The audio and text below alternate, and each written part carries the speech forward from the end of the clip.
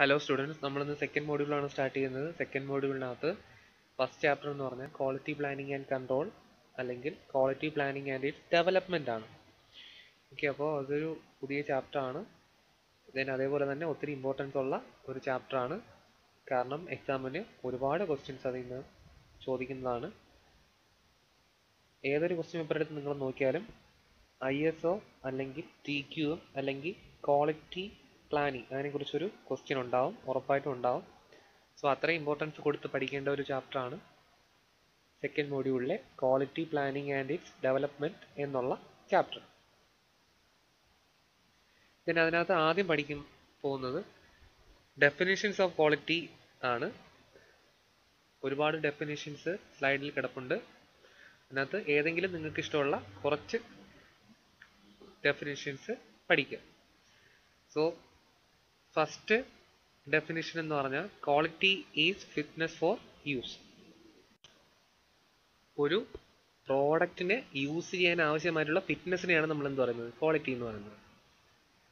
പിന്നെ രണ്ടാമത്തെ degree of excellence, അതായത് എക്സലൻസിന്റെ അളവുകോലിനെയാണ് അല്ലെങ്കിൽ എക്സലൻസിന്റെ മെഷറിനെയാണ് നമ്മൾ എന്ത് പറയുന്നത്, ക്വാളിറ്റി എന്ന് പറയുന്നത്. Then third point, quality is what customer says it is, അതായത് കസ്റ്റമറിന് പൂർണ്ണമായിട്ടും സാറ്റിസ്ഫാക്ഷൻ ഉണ്ടാക്കുന്ന കാര്യത്തിനെയാണ് നമ്മൾ എന്ത് പറയുന്നത്, ക്വാളിറ്റി എന്ന് പറയുന്നത്. കസ്റ്റമറിനെ എന്താണോ സാറ്റിസ്ഫൈഡ് ആക്കുന്നത് അതിനെയാണ് നമ്മൾ എന്ത് വിളിക്കുന്നത്, ക്വാളിറ്റി എന്ന് പറയുന്നത്. അപ്പോൾ കസ്റ്റമർ പറയുന്നതാണ് ആ വസ്തുവിന്റെ quality. Then quality is the defect free production through prevention rather than detection. അതായത് ഇപ്പോൾ നമ്മളിപ്പോൾ ഒരു ഫോൺ ഉണ്ടാക്കി സെല്ല് ചെയ്തു, ദെൻ അതിനെ പിന്നീട് തിരിച്ച് വിളിക്കേണ്ടി വന്നാൽ അല്ലെങ്കിൽ ആ ഫോണിന് എന്തെങ്കിലും പ്രോബ്ലംസ് ഉണ്ടായിട്ട് വന്നാൽ അതെന്തല്ല, ഒരു നല്ല ക്വാളിറ്റി പ്രോഡക്റ്റ് അല്ല. നമ്മളിപ്പോൾ ഇത് പല കാർ മാനുഫാക്ചറിങ് കമ്പനീസും നടന്നു വരുന്ന ഒരു പ്രശ്നമാണ് അല്ലേ. അതായത് ഒരു കാറ് വിപണിയിലിറക്കി, ആ വിപണിയിൽ ഇറക്കിയ ശേഷം കുറേ നാൾ, ഒരു 2 months എന്തെങ്കിലും കഴിയുമ്പോഴായിരിക്കും ആ മാനുഫാക്ചറർ അറിയുന്നത് അതിൻ്റെ ഗിയർ ബോക്സിന് ഇങ്ങനെ ഒരു കംപ്ലൈൻ്റ് ഉണ്ട് അല്ലെങ്കിൽ ഇങ്ങനെ ഒരു പ്രശ്നമുണ്ട്. അപ്പോൾ എന്ത് ചെയ്യും, ഈ പ്രശ്നം പരിഹരിക്കാൻ വേണ്ടിയിട്ട് അവരുടെ കമ്പനിയുടെ ഗുഡ് വില്ലിന് വേണ്ടിയിട്ട് അവരത് തിരിച്ചു വിളിക്കും. എന്നിട്ട് അതിനെ ഫ്രീ ആയിട്ട് എന്ത് ചെയ്യും, നന്നാക്കി കൊടുക്കും. സോ അതല്ല ക്വാളിറ്റി എന്ന് പറയുന്നത്. എന്താണ്, ഡിറ്റക്ഷൻ ചെയ്യുന്നതിന് മുമ്പ് എന്ത് ചെയ്യുക, ക്വാളിറ്റി ആയിട്ട് ആ പ്രോഡക്റ്റ് പ്രൊഡ്യൂസ് ചെയ്യുക. അതായത് ഡിഫക്റ്റ് ഒന്നും ഇല്ലാതെ പ്രൊഡ്യൂസ് ചെയ്യുന്ന പ്രോസസ്സിനെയാണ് നമ്മൾ എന്ത് വിളിക്കുന്നത്, ക്വാളിറ്റി എന്ന് പറയുന്നത്. അല്ലാതെ എന്തല്ല, കണ്ടുപിടിച്ച ശേഷം എറർ ഫ്രീ ആയിട്ട് പിന്നീട് മാക്ക് ചെയ്യുന്നതിനല്ല നമ്മൾ എന്ത് പറയുന്നത്, ക്വാളിറ്റി എന്ന് പറയുന്നത്. അടുത്തൊരു പോയിന്റ് എന്ന് പറഞ്ഞാൽ ക്വാളിറ്റി എന്ന് പറഞ്ഞാൽ നമ്മുടെ കസ്റ്റമറിന് സാറ്റിസ്ഫൈ ആവുന്ന രീതിയിൽ അല്ലെങ്കിൽ കസ്റ്റമറിന്റെ ആവശ്യവും എക്സ്പെക്റ്റേഷൻസും കംപ്ലീറ്റ് ആവുന്ന രീതിയിൽ നമ്മൾ ഒരു കണ്ടിന്യൂസ് ബേസിസിൽ, അതായത് തുടർച്ചയായിട്ട് നമ്മുടെ പ്രോഡക്റ്റിനെ മാറ്റിക്കൊണ്ടിരിക്കുകയാണ് അല്ലെങ്കിൽ പ്രോഡക്റ്റിന്റെ ഫീച്ചേഴ്സിനെയും ക്യാരാസിനെയും മാറ്റിക്കൊണ്ടിരിക്കുകയാണെങ്കിൽ അതിന് ആ ഒരു അപ്രോച്ചിന് നമ്മൾ എന്ത് പറയും, ക്വാളിറ്റി അപ്രോച്ച് എന്ന് പറയും. അടുത്ത പോയിന്റ് എന്ന് പറഞ്ഞാൽ quality should be aimed at the needs of customer present and future. അപ്പോൾ കസ്റ്റമറിന്റെ പ്രസന്റ് നീഡ്സിനെയും ഫ്യൂച്ചർ നീഡ്സിനെയും സാറ്റിസ്ഫൈ ചെയ്യുന്ന രീതിയിലായിരിക്കണം ക്വാളിറ്റി എയിം ചെയ്യേണ്ടത്. അതായത് ക്വാളിറ്റിയുടെ എയിം എന്ന് പറഞ്ഞാൽ, അൾട്ടിമേറ്റ് എയിം എന്ന് പറഞ്ഞാൽ ഒരു കസ്റ്റമറിന്റെ പ്രസന്റിനെയും ഫ്യൂച്ചർ നീഡ്സിനെയും സാറ്റിസ്ഫൈ ചെയ്യുന്ന രീതിയിലായിരിക്കണം. അടുത്തതായി ഡയമെൻഷൻസ് അല്ലെങ്കിൽ റിക്വയർമെന്റ്സ് ഓഫ് ക്വാളിറ്റി. നമ്മുടെ ക്വാളിറ്റിക്ക് ഈ പറയുന്ന ഈ സൈഡിൽ കാണിച്ചിരിക്കുന്ന 7 ഡയമെൻഷൻസ് വേണം. 7 നിലവാരങ്ങൾ ഉണ്ടെങ്കിലേ നമ്മുടെ ക്വാളിറ്റി കസ്റ്റമറിനെ സാറ്റിസ്ഫൈ ചെയ്യാൻ പറ്റുന്ന രീതിയിലേക്ക് ആവത്തുള്ളൂ.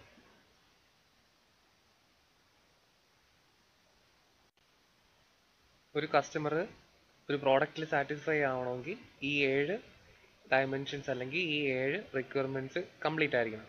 അതിൽ ആദ്യത്തേത് സ്യൂട്ടബിലിറ്റി. നമ്മൾ സെലക്ട് ചെയ്യുന്ന പ്രോഡക്റ്റ് നമ്മുടെ ഉപയോഗത്തിന് സ്യൂട്ടബിൾ ആയിരിക്കണം.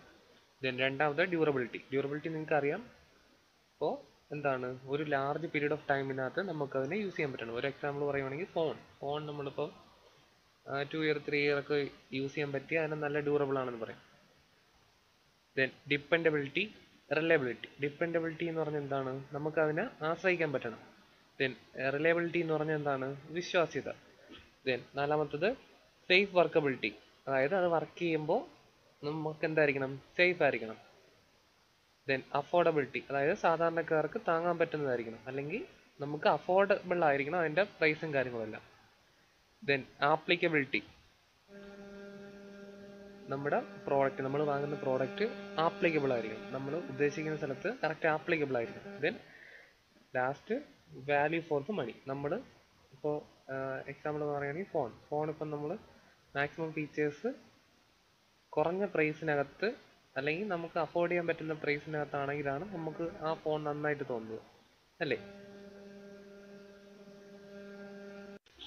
ഒബ്ജക്റ്റീവ്സ് ഓഫ് ക്വാളിറ്റി പ്ലാനിങ്, അതായത് ക്വാളിറ്റി പ്ലാനിങ്ങിന്റെ ഒബ്ജക്റ്റീവ് ആണ് അടുത്ത ക്വസ്റ്റ്യൻ. ഇത് ഒരു ഇമ്പോർട്ടൻറ്റ് ക്വസ്റ്റ്യൻ ആണ്, പരീക്ഷയ്ക്ക് ചോദിക്കാറുള്ള ക്വസ്റ്റ്യൻ ആണ്. ഏതെങ്കിലും ഒരു 8 പോയിന്റ്, പഠിക്കാൻ എളുപ്പമുള്ള ഒരു 8 പോയിന്റ് പഠിച്ചു വയ്ക്കുക. Okay. To create an excellent operating culture in the organisation, നമ്മുടെ ഓർഗനൈസേഷനകത്ത് ഒരു നല്ല ഓപ്പറേറ്റിംഗ് കൾച്ചർ കൊണ്ടുവരിക. ദെൻ അടുത്ത point, to produce quality product and services to customer, കസ്റ്റമറിന് നല്ല ക്വാളിറ്റിയും ദെൻ സർവീസസും എന്ത് ചെയ്യുക? പ്രൊവൈഡ് ചെയ്യുക. കസ്റ്റമർ സാറ്റിസ്ഫാക്ഷൻ ആണ് ഇതിനകത്ത് വരുന്ന മെയിൻ പോയിന്റ്, ഈ ചാപ്റ്ററിനകത്ത് വരുന്ന മെയിൻ പോയിന്റ് കസ്റ്റമർ സാറ്റിസ്ഫാക്ഷൻ എന്നുള്ളതാണ്. അപ്പോൾ മിക്കവാറും ക്വസ്റ്റ്യൻ്റെ ആൻസറിൽ കസ്റ്റമർ സാറ്റിസ്ഫാക്ഷൻ എന്നുള്ളൊരു പോയിന്റ് ഉണ്ടാവും. അപ്പോൾ ആ പോയിന്റിന് നിങ്ങൾക്ക് 1 മാർക്ക് വെച്ച് കിട്ടി, 1 അല്ലെങ്കിൽ അര മാർക്ക് വെച്ചിട്ട് യൂസ് ചെയ്യുമ്പോൾ എന്ത് ചെയ്യും? പരീക്ഷ പേപ്പറിൽ കിട്ടും. അപ്പോൾ കസ്റ്റമർ സാറ്റിസ്ഫാക്ഷൻ എന്നുള്ളത് ഒരു ഇമ്പോർട്ടൻറ്റ് പോയിന്റ് ആണ്. സോ അതാണ് ഇതിൽ പറയുന്നത്. Then third point, to prepare guidelines on various elements affecting quality, ക്വാളിറ്റീനെ അഫക്റ്റ് ചെയ്യുന്ന വിവിധ എലമെന്റ്സ്, വേരിയസ് എലമെന്റ്സിനെ കുറിച്ചിട്ട് ഒരു ഗൈഡ് ലൈൻസ് ഉണ്ടാക്കുക, അല്ലെങ്കിൽ ഒരു രൂപരേഖ ഉണ്ടാക്കുക എന്നുള്ളത് നമ്മുടെ ക്വാളിറ്റി പ്ലാനിങ്ങിന്റെ ഒരു ഒബ്ജക്റ്റീവാണ്. To identify opportunities for excellence, അതായത് 6th പോയിന്റ് ആണ് ഞാൻ വായിക്കുന്നത്. എക്സലൻസിന് വേണ്ടിയിട്ടുള്ള ഓപ്പർച്യൂണിറ്റീസ് എന്ത് ചെയ്യുക? ഐഡന്റിഫൈ ചെയ്യുക. Then 7th point, analysis of customers quality requirements and formulation of design specification, അതായത് ഇപ്പോൾ നമ്മൾ എന്ത് ചെയ്യുക? കസ്റ്റമറിന് ഏത് ക്വാളിറ്റി റിക്വയർമെന്റ് ആണ് വേണ്ടത്, എന്താണ് വേണ്ടതെന്ന് നോക്കിയിട്ട് അതിനനുസരിച്ചിട്ട് എന്ത് ചെയ്യുക? ഡിസൈൻ സ്പെസിഫിക്കേഷൻ എന്ത് ചെയ്യുക? ഫോർമുലേറ്റ് ചെയ്യുക. എക്സാമ്പിൾ പറയുകയാണെങ്കിൽ നമ്മുടെ ഫോൺ യൂസേഴ്സിന് വേണ്ടത് ക്യാമറയാണോ, ദെൻ OS ആണോ, ഏതാണോ നല്ലത് അല്ലെങ്കിൽ ഏതാണോ വേണ്ടത്, അതനുസരിച്ചിട്ട് എന്ത് ചെയ്യുക? ഡിസൈൻസിൽ അതിനനുസരിച്ചിട്ട് മാറ്റം ഉണ്ടാക്കുക. ഇതിനടുത്ത് 8th point, review and evaluation of product design with a view to improve quality and reducing quality cost, അതായത് എന്ത് ചെയ്യുക? നമ്മുടെ പ്രോഡക്റ്റിന് എപ്പോഴും എന്ത് ചെയ്യണം? റിവ്യൂ ചെയ്യണം. എന്നിട്ട് അതിൽ നിന്ന് പുതിയ പുതിയ മാറ്റങ്ങൾ വെച്ചിട്ട് എന്ത് ചെയ്യണം? വീണ്ടും പ്രോഡക്ട്സ് ഡെവലപ്പ് ചെയ്യണം. എങ്ങനെയായിരിക്കണം അതിൻ്റെ അവസ്ഥ? റെഡ്യൂസിങ് ക്വാളിറ്റി കോസ്റ്റ് മാക്സിമം കുറയ്ക്കാനും ദെൻ ക്വാളിറ്റി മാക്സിമം ഇംപ്രൂവ് ചെയ്യാനും വേണ്ടിയിട്ട് ഉള്ള രീതിയിൽ നമ്മൾ എന്ത് ചെയ്യുക? പ്രോഡക്റ്റ് റിവ്യൂ ചെയ്ത് ഇറക്കുക. Then 9th point, defining quality standards and preparing product specifications, നമ്മുടെ ക്വാളിറ്റി സ്റ്റാൻഡേർഡ്സ് ഏതാണോ അതനുസരിച്ചിട്ട് എന്ത് ചെയ്യുക? പ്രോഡക്റ്റിൻ്റെ സ്പെസിഫിക്കേഷൻസ് ക്രിയേറ്റ് ചെയ്യുക. നമുക്ക് ഏതൊക്കെ ക്വാളിറ്റി സ്റ്റാൻഡേർഡ്സ് സാറ്റിസ്ഫൈ ചെയ്യണം അതനുസരിച്ചിട്ട് എന്ത് ചെയ്യുക? പ്രോഡക്റ്റിൻ്റെ സ്പെസിഫിക്കേഷൻസ് ഡെവലപ്പ് ചെയ്യുക. ഇതിന് ഇനി പഠിക്കാൻ എളുപ്പം 14th പോയിന്റ് ആണ്. അത് എന്നൊരു കാര്യമുണ്ട്, ഞാൻ പറഞ്ഞുതരാം. To build up a basis for total quality management culture, അതായത് TQM എന്ന് പറയും, total quality management culture develop ചെയ്യുക, അതിന് വേണ്ടിയിട്ടുള്ള ബേസിസ് കൊടുക്കുക. ഓക്കെ. ഈ ടോട്ടൽ ക്വാളിറ്റി മാനേജ്മെന്റിനെ കുറിച്ച് നമ്മൾ ഡീറ്റെയിൽ ആയിട്ട് ഇനി ഉള്ള സെക്ഷൻസിൽ പഠിക്കും. അപ്പോൾ ഈ ടോട്ടൽ ക്വാളിറ്റി മാനേജ്മെന്റ് എന്നുള്ള കാര്യത്തിൽ നിങ്ങൾ ഫെമിലിയർ ആവും. സോ ഇവിടെ ഈ ഒരു പോയിന്റ് വരും, അതായത് ക്വാളിറ്റി പ്ലാനിങ്ങിന്റെ ഈ ഒരു പോയിന്റും കൂടെ അറിഞ്ഞിരിക്കുക. അതായത് എന്ത് ചെയ്യുക? ടോട്ടൽ ക്വാളിറ്റി മാനേജ്മെന്റ് ബിൽഡപ്പ് ചെയ്യുക. Then 15th point, to build up a committed workforce, ഒരു കമ്മിറ്റഡ് ആയിട്ടുള്ള നല്ല ഡെഡിക്കേറ്റഡ് ആയിട്ടുള്ള വർക്ക് ഫോഴ്സിനെ ബിൽഡപ്പ് ചെയ്യുക എന്നുള്ളത് എന്തിൻ്റെ ഒബ്ജക്റ്റീവാണ്? ക്വാളിറ്റി പ്ലാനിങ്ങിന്റെ ഒബ്ജക്റ്റീവാണ്. ഇത് ക്വസ്റ്റ്യനിൽ ഇങ്ങനെ തന്നെ ചോദിക്കും, what are the objectives of quality planning എന്നത്. ചോദിക്കുന്ന ക്വസ്റ്റ്യൻ ആണ്. ഒരു 8 പോയിന്റ്സ് എങ്കിലും പഠിച്ചു വയ്ക്കുക. ഓക്കെ, അടുത്ത ടോപ്പിക് എന്ന് പറഞ്ഞാൽ 3 prong approach to quality planning. Quality പ്ലാനിങ്ങിലേക്കുള്ള 3 prong അപ്രോച്ച് ആണ് നമ്മൾ അടുത്തതായി പഠിക്കുന്നത്. ഇത് എക്സാമിന് ഒരു ഇമ്പോർട്ടൻറ്റ് ക്വസ്റ്റ്യൻ തന്നെയാണ്. ഇത് ഇങ്ങനെ തന്നെയാണ് എക്സാമിന് ചോദിക്കുന്നത്. 3 prong approach to quality planning എന്നാണ് ക്വസ്റ്റ്യൻ വരാൻ പോകുന്നത്. പ്രോങ് എന്ന് പറഞ്ഞാൽ ശൂലം എന്നൊക്കെയാണ് അർത്ഥം. അപ്പം നിങ്ങൾക്കറിയാം ശൂലത്തിന് 3 മുനകളുണ്ട്.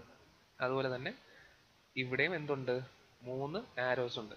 ഓക്കെ, അപ്പോൾ 3 prong അപ്രോച്ച്, 3 അപ്രോച്ച് ഏതൊക്കെയാണെന്ന് നമുക്ക് നോക്കാം. ഒന്നാമത്തത് പ്രോഡക്റ്റ് പ്ലാനിങ്, രണ്ടാമത്തത് മാനേജറിയൽ ആൻഡ് ഓപ്പറേഷൻ പ്ലാനിങ്, മൂന്നാമത്തത് ക്വാളിറ്റി പ്ലാൻ പ്രിപ്പറേഷൻ. നമ്മൾ ക്വാളിറ്റി പ്ലാനിങ് നടത്തുമ്പോൾ നമ്മൾ അതിനകത്ത് യൂസ് ചെയ്യുന്ന ഒരു മെത്തേഡ് അല്ലെങ്കിൽ ഒരു അപ്രോച്ചാണ് 3 prong അപ്രോച്ച് എന്ന് പറയുന്നത്. അതെങ്ങനെയാണ് ചെയ്യുന്നതെന്നാണ് നമ്മൾ അടുത്ത സ്ലൈഡുകളിൽ കാണാൻ പോകുന്നത്. അപ്പോൾ ഒന്നാമത്തെ അപ്രോച്ച് എന്ന് പറയുമ്പോൾ പ്രോഡക്റ്റ് പ്ലാനിങ് ആണ്. അതെന്താണെന്ന് നോക്കാം. പ്രോഡക്റ്റ് പ്ലാനിങ് പ്രോസസ്സിന്റെ ഒരു ഫ്ലോ ചാർട്ടാണ് ഇപ്പോൾ സ്ക്രീനിൽ കാണുന്നത്. പ്രോഡക്റ്റ് പ്ലാനിങ് പ്രോസസ്സ് എന്ന് പറഞ്ഞാൽ വളരെ സിമ്പിളായിട്ട് നമുക്ക് 2 വാക്കിൽ ഇങ്ങനെ പറയാൻ പറ്റും. Product planning is the evaluation of existing and new product in relation to the present and future market. അതായത് ഫ്യൂച്ചർ മാർക്കറ്റിനെയും പ്രസന്റ് മാർക്കറ്റിനെയും വെച്ചിട്ട് നമ്മൾ ഒരു എക്സിസ്റ്റിംഗ് അല്ലെങ്കിൽ ന്യൂ പ്രോഡക്റ്റിനെ ഇവാലുവേഷൻ ചെയ്യുന്നതിനാണ് നമ്മൾ എന്ത് വിളിക്കുന്നത്, പ്രോഡക്റ്റ് പ്ലാനിങ് എന്ന് പറയുന്നത്. എന്നൂടെ പറയാം, ഫ്യൂച്ചർ മാർക്കറ്റ് അല്ലെങ്കിൽ പ്രസന്റ് മാർക്കറ്റ് അതിനെ റിലേറ്റീവ് ആക്കിക്കൊണ്ട് നമ്മൾ ഒരു എക്സിസ്റ്റിംഗ് നിലവിലുള്ള പ്രോഡക്റ്റ് അല്ലെങ്കിൽ ഒരു പുതിയ പ്രോഡക്റ്റിന് ഇവാലുവേഷൻ നടത്തുന്നത്, അനലൈസ് ചെയ്യുന്നതിനാണ് നമ്മൾ എന്ത് പറയുന്നത്, പ്രോഡക്റ്റ് പ്ലാനിങ് എന്ന് പറയുന്നത്. ഓക്കെ, അതിന്റെ ഡീറ്റെയിൽസ് സ്റ്റെപ്പാണ് നിങ്ങൾ സ്ക്രീനിൽ കാണുന്നത്. ഒന്നാമത്തത് customer survey and preference of customer. നമുക്ക് കസ്റ്റമറിന്റെ ഐഡിയാസ് അല്ലെങ്കിൽ കസ്റ്റമറിന്റെ ചോയ്സസ് എന്തെന്നൊക്കെയാണെന്ന് എങ്ങനെ അറിയാൻ പറ്റും, ഒരു സർവേ നടത്തിയാൽ മതി അല്ലേ. അപ്പൊ അതുവഴി നമുക്ക് കസ്റ്റമറിന്റെ പ്രിഫറൻസും അവർക്ക് എന്തൊക്കെയാണ് ആവശ്യങ്ങൾ എന്നൊക്കെ നമുക്ക് അറിയാൻ പറ്റും. അതാണ് ഫസ്റ്റ് പോയിന്റ് കിടക്കുന്നത്. അതായത് ഇപ്പോൾ ഒരു ഫോൺ തന്നെ വേണമെന്ന് വെച്ചോ, കസ്റ്റമറിന് ഏത് ഫോണാണ് വേണ്ടത് അല്ലെങ്കിൽ എന്താണ് കസ്റ്റമറിന്റെ ചോയ്സസ് എന്ന് നമുക്ക് അവരുടെ അടുത്ത് ഡയറക്റ്റ് ചോദിച്ചറിഞ്ഞൂടെ. ഫോണല്ല, വേറെ ഏത് കാര്യങ്ങളായാലും നമുക്ക് കസ്റ്റമറിനെ ബേസ് ചെയ്തുകൊണ്ട് അല്ലെങ്കിൽ ഒരു ജസ്റ്റ് ഒരു സർവേ നടത്തിക്കൊണ്ട് നമുക്ക് എന്ത് ചെയ്യാൻ പറ്റും, ആ ഒരു പുതിയ പ്രോഡക്റ്റ് നമുക്ക് മാർക്കറ്റിലോട്ട് എസ്റ്റാബ്ലിഷ് ചെയ്യാൻ പറ്റും. ദെൻ അടുത്ത പോയിന്റ് എന്ന് പറഞ്ഞാൽ കസ്റ്റമറിന് തന്ന വിവരം അനുസരിച്ചിട്ട്, അതായത് സർവേയുടെ ബേസിസ് വെച്ചിട്ട് നമ്മൾ എന്ത് ചെയ്യും, അസസ്മെന്റ് നടത്തും. കസ്റ്റമറിന് വേണ്ടിയിട്ടുള്ള കാര്യങ്ങൾ വെച്ചിട്ട് എന്താണ് വേണ്ടതെന്ന് അസസ്മെന്റ് നടത്തും. അതാണ് അടുത്ത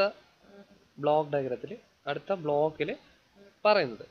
എന്നിട്ട് അടുത്ത സ്റ്റെപ്പ് എന്ന് പറഞ്ഞാൽ ഫൈൻഡ് ഡിസൈൻ റിക്വയർമെന്റ്. നമ്മുടെ പുതിയ പ്രോഡക്റ്റ്, അതായത് കസ്റ്റമർ പറഞ്ഞ ഒരു പ്രോഡക്റ്റ് ഡിസൈൻ ചെയ്യാൻ വേണ്ടിയിട്ട് അല്ലെങ്കിൽ എസ്റ്റാബ്ലിഷ് ചെയ്യാൻ വേണ്ടിയിട്ട് അതിന് വേണ്ടിയിട്ടുള്ള ഡിസൈൻ എന്തൊക്കെയാണെന്ന് നോക്കും. ഡിസൈൻ റിക്വയർമെന്റ്സ് എന്താണെന്ന് നമ്മൾ എന്ത് ചെയ്യും, കണ്ടുപിടിക്കും.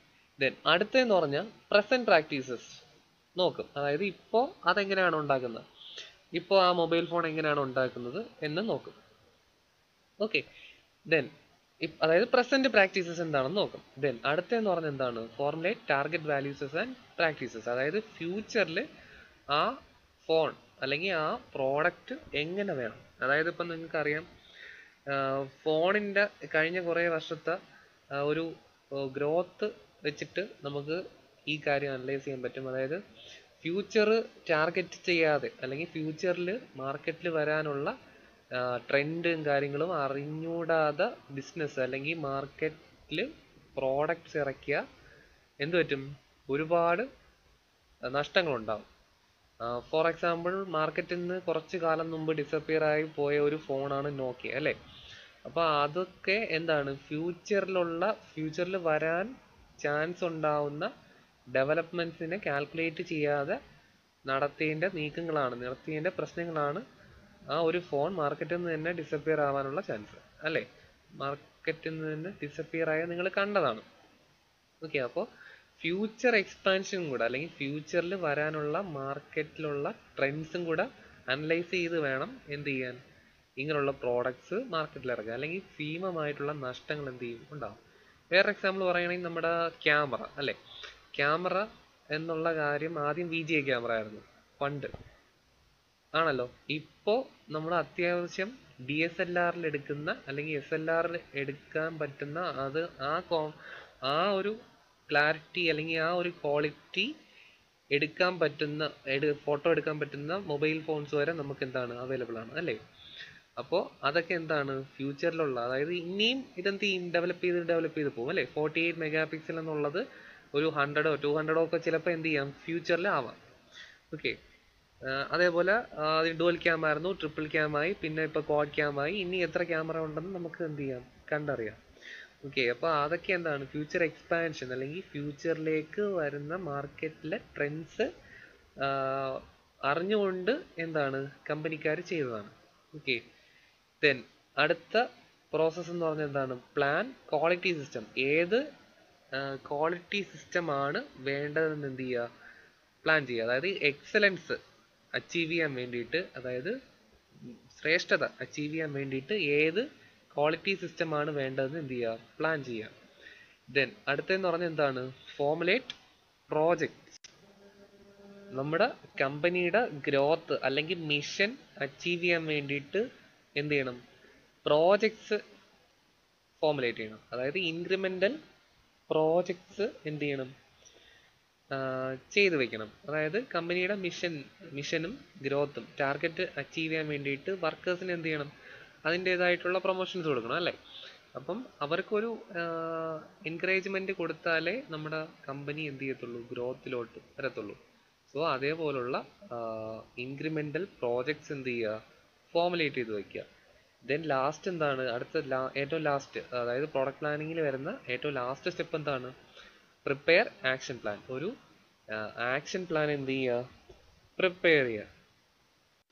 അങ്ങനെ പ്രിപ്പയർ ചെയ്യുമ്പോൾ എന്ത് പറ്റും, നമുക്ക് ഏതൊക്കെ റിസോഴ്സസ് ആണ് ആ പ്രോജക്റ്റ് ചെയ്യാൻ വേണ്ടിയിട്ട് അല്ലെങ്കിൽ ആ ഒരു മിഷൻ കംപ്ലീറ്റ് ചെയ്യാൻ വേണ്ടിയിട്ട് ഏതൊക്കെ റിസോഴ്സസ് നിന്ന് ആൾക്കാരെ റിക്രൂട്ട് ചെയ്യണം, അല്ലെങ്കിൽ ഏതൊക്കെ റിസോഴ്സസ് നിന്ന് നമുക്ക് റോ മെറ്റീരിയൽസ് വേണ്ടി വരും എന്നുള്ള സ്റ്റെപ്പാണ് എവിടെ വരുന്നത്, ഈ ആക്ഷൻ പ്ലാൻ പ്രിപ്പറേഷനിൽ വരുന്നത്. അതായത് എന്തൊക്കെയാണ് ചെയ്യേണ്ടത് എന്നുള്ള കാര്യങ്ങളാണ് ഏത് സ്റ്റെപ്പിൽ വരുന്നത്, ആക്ഷൻ പ്ലാൻ പ്രിപ്പറേഷൻ എന്നുള്ള ഈ ഫൈനൽ സ്റ്റേജിൽ വരുന്നത്. അപ്പോൾ ഇത് എന്തിൻ്റെ കാര്യമാണ് പറയുന്നത്, പ്രോഡക്റ്റ് പ്ലാനിങ് പ്രോസസ്സിൻ്റെ ജസ്റ്റ് ഒരു ബ്രീഫ് ബ്ലോക്ക് ഡയഗ്രാമാണ് ഈ കിടക്കുന്നത്. ഓക്കെ, അപ്പം നമ്മുടെ റോങ് അപ്രോച്ചിൽ ഫസ്റ്റ് ആണ് ഈ പ്രോഡക്റ്റ് പ്ലാനിങ് എന്ന് പറയുന്നത്. പ്രോഡക്റ്റ് പ്ലാനിങ് എന്ന് പറഞ്ഞാൽ ഇത്രയേ ഉള്ളൂ, ആദ്യത്തെ അപ്രോച്ചാണ് അല്ലെങ്കിൽ ആദ്യത്തെ മെത്തേഡാണ് അല്ലേ പ്രോഡക്റ്റ് പ്ലാനിങ്. അപ്പോൾ പ്രോഡക്റ്റ് പ്ലാനിങ്ങിൽ ഇത്രയേ ഉള്ളൂ, എന്താണ് ഒരു എക്സിസ്റ്റിംഗ് ആയിട്ടുള്ള പ്രോഡക്റ്റിനെ അല്ലെങ്കിൽ ഒരു ന്യൂ ആയിട്ടുള്ള പ്രോഡക്റ്റ് എങ്ങനെ ഇറക്കുന്നു, ഫ്യൂച്ചർ എക്സ്പാൻഷനും അല്ലെങ്കിൽ ഫ്യൂച്ചറിലെ മാറ്റങ്ങളും ദെൻ പ്രസന്റ് സിറ്റുവേഷനും മാച്ച് ചെയ്യുന്ന രീതിയിൽ എന്ത് ചെയ്യുന്നു, അനലൈസ് ചെയ്ത് ഇവാലുവേറ്റ് ചെയ്യുന്നു. അതിനെയാണ് നമ്മൾ എന്ത് പറയുന്നത്, പ്രോഡക്റ്റ് പ്ലാനിങ് പ്രോസസ് എന്ന് പറയുന്നത്. അടുത്തത് മാനേജറിയൽ ആൻഡ് ഓപ്പറേഷൻ പ്ലാനിങ്. നേരത്തെ നമ്മൾ പ്രോഡക്റ്റിനെ കുറിച്ചാണ് നോക്കിയത് അല്ലേ, പ്രോഡക്റ്റ് പ്ലാനിങ്ങിനെ കുറിച്ചാണ് നോക്കിയത്. ഇപ്പോൾ ഇവിടെ ഈ സെക്കൻഡ് പോയിന്റിൽ പറയുന്നത് അല്ലെങ്കിൽ സെക്കൻഡ് അപ്രോച്ചിൽ പറയുന്നതെന്ന് പറഞ്ഞാൽ മാനേജറിയൽ ആൻഡ് ഓപ്പറേഷൻ പ്ലാനിങ്. നേരത്തെ നമ്മൾ ചെയ്ത പ്രോഡക്റ്റിനെ ആ പ്രോഡക്റ്റ് ലെവലിലോട്ട് എത്തിക്കുന്ന കുറേ കാര്യങ്ങളിലോട്ടാണ് നമ്മൾ എന്ത് പറയുന്നത്, സെക്കൻഡ് അപ്രോച്ചായ മാനേജറിയൽ ആൻഡ് ഓപ്പറേഷൻ പ്ലാനിങ്ങിലോട്ട് പറയുന്നത്.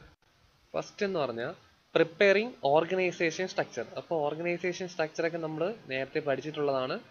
ഏതൊക്കെ ടൈപ്പ് ഓർഗനൈസേഷൻ സ്ട്രക്ചർ ഉണ്ടെന്നൊക്കെ നമ്മൾ നേരത്തെ പറഞ്ഞതാണ്. ലൈൻ ഓർഗനൈസേഷൻ അതെല്ലാം നമ്മൾ നേരത്തെ നോക്കിയതാണ്. ഓക്കെ, അപ്പോൾ അതേപോലെ ഫസ്റ്റ് പോയിന്റ് എന്ന് പറഞ്ഞാൽ പ്രിപ്പയറിങ് ഓർഗനൈസേഷൻ സ്ട്രക്ചർ. അതിൽ എന്തൊക്കെ വരും എന്നാണ് നമ്മൾ നോക്കാൻ പോകുന്നത്.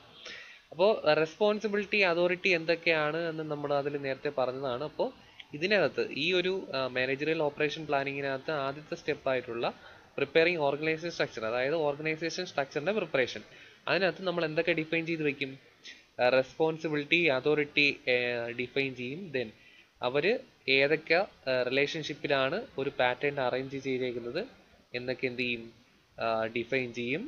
ദെൻ ഓർഗനൈസേഷൻ എങ്ങനെയാണ് പെർഫോം ചെയ്യുന്നത് എന്നൊക്കെ എന്ത് ചെയ്യും, ഈ ഒരു സ്റ്റേജിൽ നമ്മൾ ഡിഫൈൻ ചെയ്ത് വെക്കും. അതായത് നേരത്തെ അതോറിറ്റി, റെസ്പോൺസിബിലിറ്റി അതെല്ലാം ഡിസൈഡ് ചെയ്തില്ലേ. അപ്പോൾ അവിടെ ഉള്ള ആൾക്കാർ പരസ്പരം എങ്ങനെയാണ് റിലേറ്റ് ചെയ്തേക്കുന്നത്, എങ്ങനെയാണ് അവർ പെർഫോം ചെയ്തത് എന്നൊക്കെയാണ് എന്തിൽ ഡിഫൈൻ ചെയ്യുന്നത്, ഈ ഒരു സ്റ്റേജിൽ ഡിഫൈൻ ചെയ്യുന്നത്. അപ്പോൾ ഈ ഒരു സ്റ്റേജിൽ, ഫസ്റ്റ് സ്റ്റേജിൽ നമ്മൾ എന്തൊക്കെയാണ് അതോറിറ്റി, എന്തൊക്കെയാണ് ആൾക്കാരുടെ അതോറിറ്റി ചുമതലകൾ, ദെൻ അവർക്ക് എന്തൊക്കെ ചെയ്യാൻ റെസ്പോൺസിബിലിറ്റി ഉണ്ട് എന്ന് ഡിഫൈൻ ചെയ്യുന്ന പോലെ അടുത്തത് എന്ന് പറഞ്ഞാൽ പ്രിപ്പയറിങ് ഓർഗനൈസേഷൻ പ്രൊസീജിയർ ആണ്. അപ്പോൾ ഇതിൻ്റെ ഒരു ഡോക്യുമെന്റേഷൻ സ്റ്റേജ് ആണ് അടുത്ത നമ്മൾ പറയാൻ പോകുന്നത്. അപ്പോൾ ഇതിൽ എന്തൊക്കെയാണെന്ന് നോക്കാം. It involves written documentation of purpose and scope of each and every activity. എല്ലാ ആക്ടിവിറ്റിയുടെയും സ്കോപ്പും പർപ്പസും എല്ലാം റിട്ടൺ ഡോക്യുമെന്റേഷൻ രീതിയിൽ ചെയ്യുന്നതാണ് അടുത്ത നമ്മുടെ സ്റ്റെപ്പ് എന്ന് പറഞ്ഞാൽ. മാനേജറിയൽ ആൻഡ് ഓപ്പറേഷൻ പ്ലാനിങ്ങിൽ അടുത്ത സ്റ്റേജ് ആണ് ഈ ഡോക്യുമെന്റേഷൻ പ്രോഗ്രാം എന്ന് പറഞ്ഞാൽ. അതായത് ആരൊക്കെ എന്ത് ചെയ്യണം, ആര് ചെയ്യണം, എവിടെ ചെയ്യണം, എങ്ങനെ ചെയ്യണം, അങ്ങനെയുള്ള എല്ലാ കാര്യങ്ങളും ഡിഫൈൻ ചെയ്ത് വെക്കുന്നതാണ് എന്ത്, ഈ ഒരു സെക്കൻഡ് സ്റ്റെപ്പ് എന്ന് പറയുന്നത്. ദെൻ ഇതിൽ എന്തുകൂടെ വരും, how it will be controlled and recorded. എങ്ങനെയാണ് ഇത് കൺട്രോൾ ചെയ്യുന്നതും റെക്കോർഡ് ചെയ്യുന്നതും, ഇതൊക്കെ എന്തിൽ ഒരു സ്റ്റേജിൽ വരും, ഈ പ്രിപ്പയറിങ് ഓർഗനൈസേഷൻ പ്രൊസീജിയർ എന്നുള്ള ഈ ഡോക്യുമെന്റേഷൻ സ്റ്റേജിൽ വരും. അപ്പോൾ നമ്മൾ ഫസ്റ്റ് സ്റ്റേജിൽ അതോറിറ്റി, റെസ്പോൺസിബിലിറ്റി അതെല്ലാം ഡിഫൈൻ ചെയ്ത് വെച്ചേക്കുവാണ്. ദെൻ ഈ ഒരു ഡോക്യുമെന്റേഷൻ പ്രൊസീജിയർ നോക്കുമ്പം ഇവിടെ നമ്മൾ ഡിഫൈൻ ചെയ്ത് വെച്ച ആൾക്കാർക്ക് മനസ്സിലാവും എന്തൊക്കെ ചെയ്യണം, എങ്ങനെ ചെയ്യണം, എപ്പോൾ ചെയ്യണം, ദെൻ എവിടെയൊക്കെയാണ് ചെയ്യേണ്ടത് എന്നുള്ള കൃത്യമായിട്ടുള്ള വിവരങ്ങൾ ഈ അതോറിറ്റി, റെസ്പോൺസിബിലിറ്റി ഉള്ള ആൾക്കാർക്ക് ഈ ഒരു ഡോക്യുമെന്റേഷൻ സ്റ്റെപ്പ് നോക്കുമ്പോൾ അല്ലെങ്കിൽ ഡോക്യുമെന്റേഷൻ നോക്കുമ്പോൾ എന്ത് ചെയ്യും, കൃത്യമായിട്ടും വളരെ വ്യക്തമായിട്ടും മനസ്സിലാവും.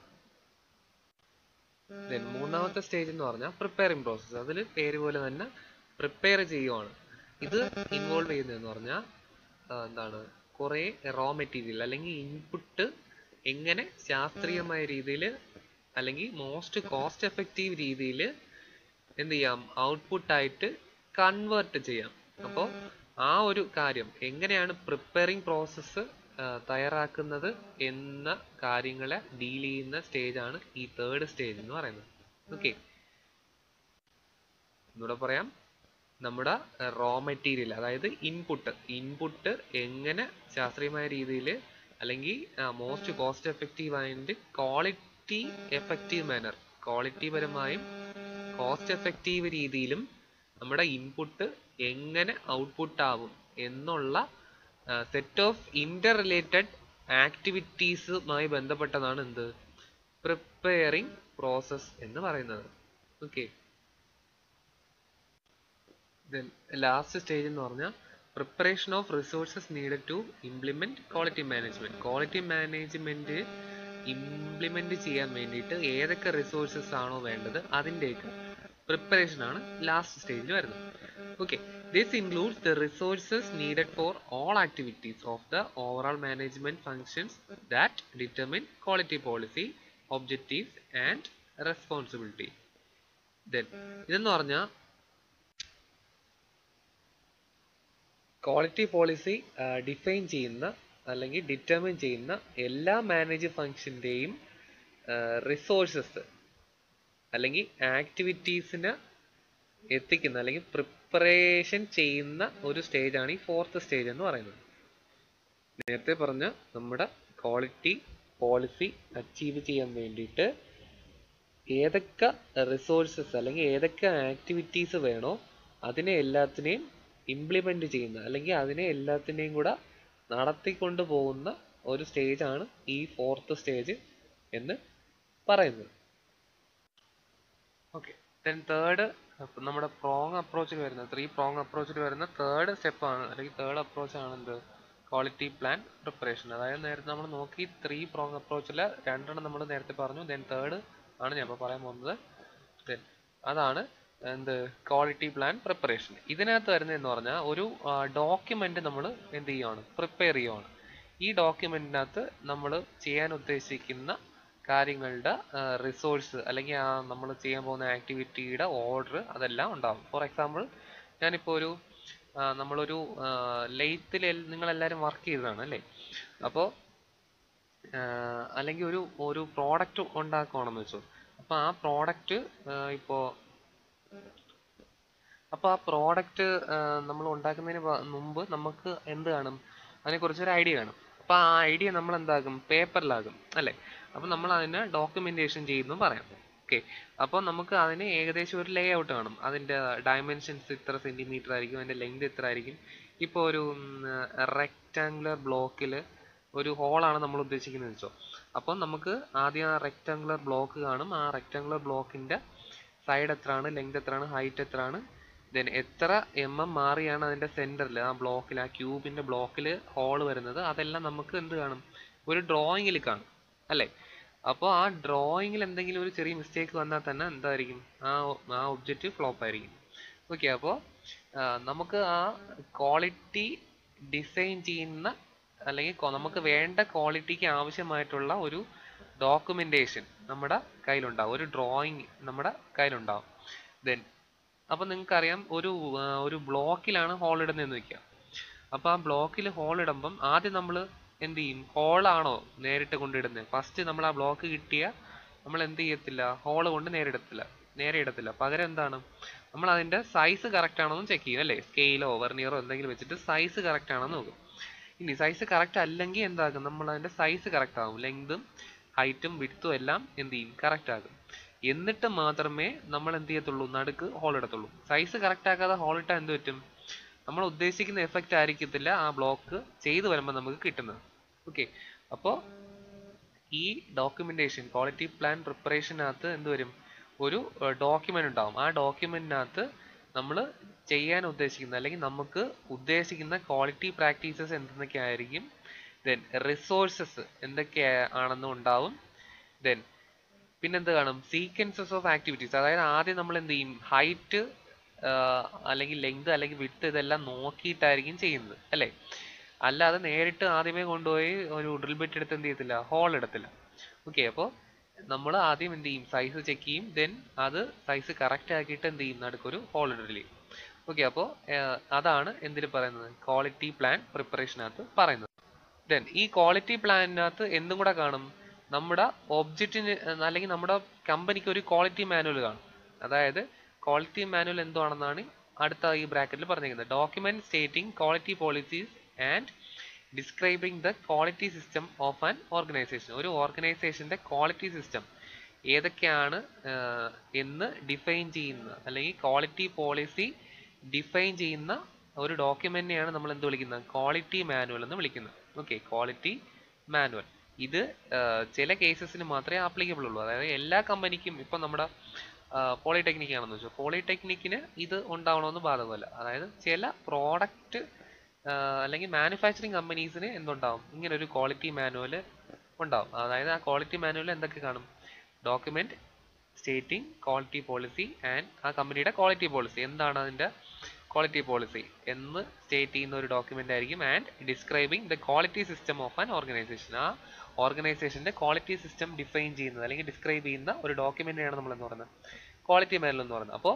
ഈ ക്വാളിറ്റി പ്ലാൻ പ്രിപ്പയർ ചെയ്യുന്നത് എന്തിന്റെ ബേസിസിലായിരിക്കും, ഈ ക്വാളിറ്റി മാനുവലിന്റെ ബേസിസിലായിരിക്കും. ഓക്കെ. അപ്പോൾ ഇത്രയാണ് എന്തിൽ വരുന്നത്, ക്വാളിറ്റി പ്ലാൻ പ്രിപ്പറേഷനകത്ത് വരുന്നത്. അപ്പോൾ ഇത്രയേ ഉള്ളൂ. ഇതിനകത്ത് ഡോക്യുമെന്റ് കാണും. ആ ഡോക്യുമെന്റിനകത്ത് നമ്മുടെ ക്വാളിറ്റി പ്രാക്ടീസസ് എന്തൊക്കെയാണ് നമ്മൾ ഉദ്ദേശിക്കുന്ന ക്വാളിറ്റി, എന്തൊക്കെ camera, for example mobile phone ആണെങ്കിൽ ഇപ്പോൾ ക്യാമറയുടെ സ്പെസിഫിക്കേഷൻസ് ഇങ്ങനെയായിരിക്കും. ദെൻ അതിൻ്റെ വിഡ്ത്ത്, അതിൻ്റെ ഫുൾ ഡിസ്പ്ലേ എത്രയായിരിക്കും, അതിൻ്റെ LED ആണോ LCD ആണോ അതിൻ്റെ ഡിസ്പ്ലേ, അങ്ങനെയുള്ള കാര്യങ്ങൾ. ദെൻ റിസോഴ്സസ്, അത് ഉണ്ടാക്കാൻ വേണ്ടിയിട്ട് ഏത് ഗ്ലാസ്, ഗൊറില്ല ഗ്ലാസ്, ദെൻ അല്ലെങ്കിൽ വേറെ ഏതെങ്കിലും ഗ്ലാസ് മെറ്റീരിയൽ, സിലിക്കൺ, അതെല്ലാം റിസോഴ്സസിൻ്റെ വകുപ്പിൽപ്പെടും. ദെൻ ഏതൊക്കെ സീക്വൻസസ് ഓഫ് ആക്ടിവിറ്റീസ് ആണ് ആ പ്രോജക്റ്റ് അല്ലെങ്കിൽ ആ കോൺട്രാക്റ്റിനെ ചെയ്യുന്നത് എന്നുള്ള കാര്യങ്ങൾ കാണും. അതായത് സീക്വൻസ്, ഏതൊക്കെ ആക്ടിവിറ്റീസ് ഏതൊക്കെ ഓർഡറിന്, ആദ്യം ഏത് ചെയ്യണം, രണ്ടാമത് ഏത് ചെയ്യണം എന്നുള്ള സീക്വൻസസ് ഓഫ് ആക്ടിവിറ്റീസ് ഡിഫൈൻ ചെയ്യുന്ന ഒരു ഡോക്യുമെന്റേഷൻ പ്രൊസീജിയറാണ് ഇതിനകത്ത് നമ്മൾ പറയുന്നത്. ദെൻ അത് എന്തിനെ ബേസ് ചെയ്തായിരിക്കും? ക്വാളിറ്റി മാനുവലിനെ ബേസ് ചെയ്തായിരിക്കും ക്വാളിറ്റി മാനുവലിന്റെ കാര്യം ഞാൻ പറഞ്ഞിട്ടുണ്ട്.